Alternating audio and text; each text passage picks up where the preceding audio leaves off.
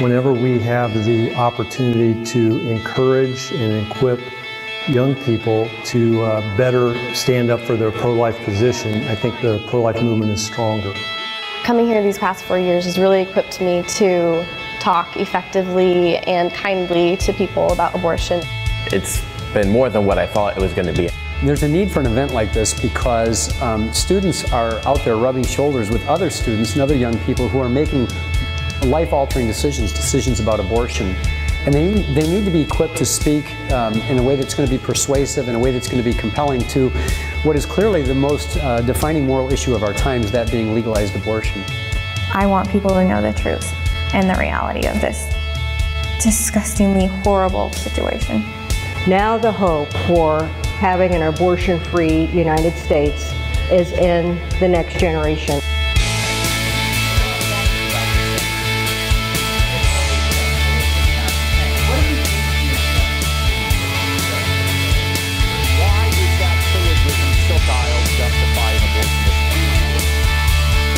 If you're a pro-life leader and you are running events for students, young adults, I cannot think of a finer way for you to equip them to engage the culture than having a camp like Life Defenders, because what your students will get out of that is not just a day where their senses are heightened, where their enthusiasm gets wrapped up.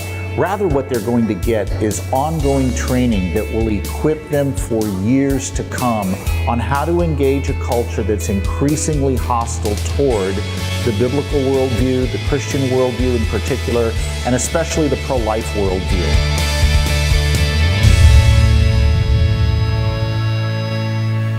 The great thing about Life Defenders is that is a packaged program that can work with a Right to Life group to do all the things that are necessary, the promotion, the marketing, the planning, coordinating, and then with Life Training Institute coming in to do the workshop, you've got a quality professional organization and workshop leaders that can handle the actual event. So you were distinct, you were living, and from the moment of conception you were whole. In the overall strategy of what we wish to accomplish, it's to equip them, to motivate them, to give them opportunities for activism, and just as important is to build relationships with their peers. And one of the ways we can do that is to take an issue like abortion and deal with it as a human rights issue, equip the students with the tools the thought they need to wade through that issue.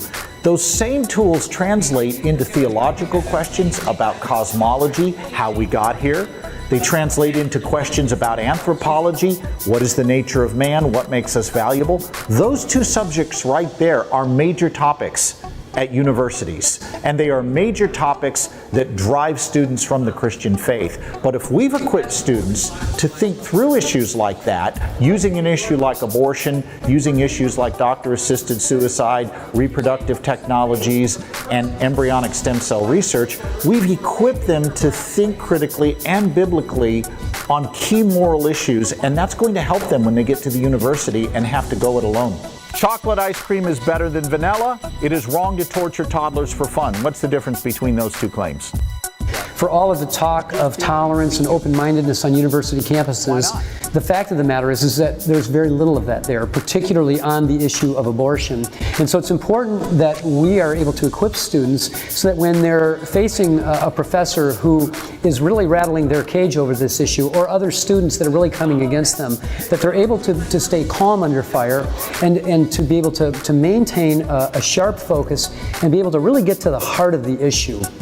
Because ultimately, we want to persuade the culture to think the way we think on this, because we really do believe that abortion unjustly ends the life of innocent human beings. Surely we have a law. You come here, you don't just learn from one apologist telling you how to answer objections, you hear from many of them. And again, it's not just apologetics, you have a chance to learn how to become active in the political realm, or how to get your church involved in the case for life. So we have to understand how Roe versus Wade happened, how we can influence the political process, how we can try to scale this back, understanding how politics works and how we can be a part of that process. And in fact, we're winning because we're training each other up on how to get involved, how to participate at the state level and also at the federal level.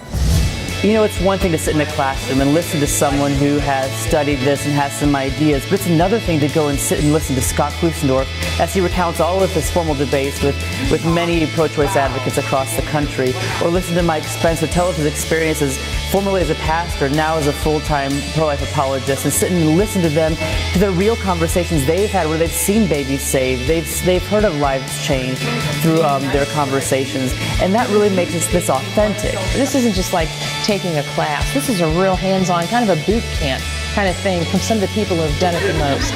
Preparing these young folks to go out and be really effective and hands-on in our culture.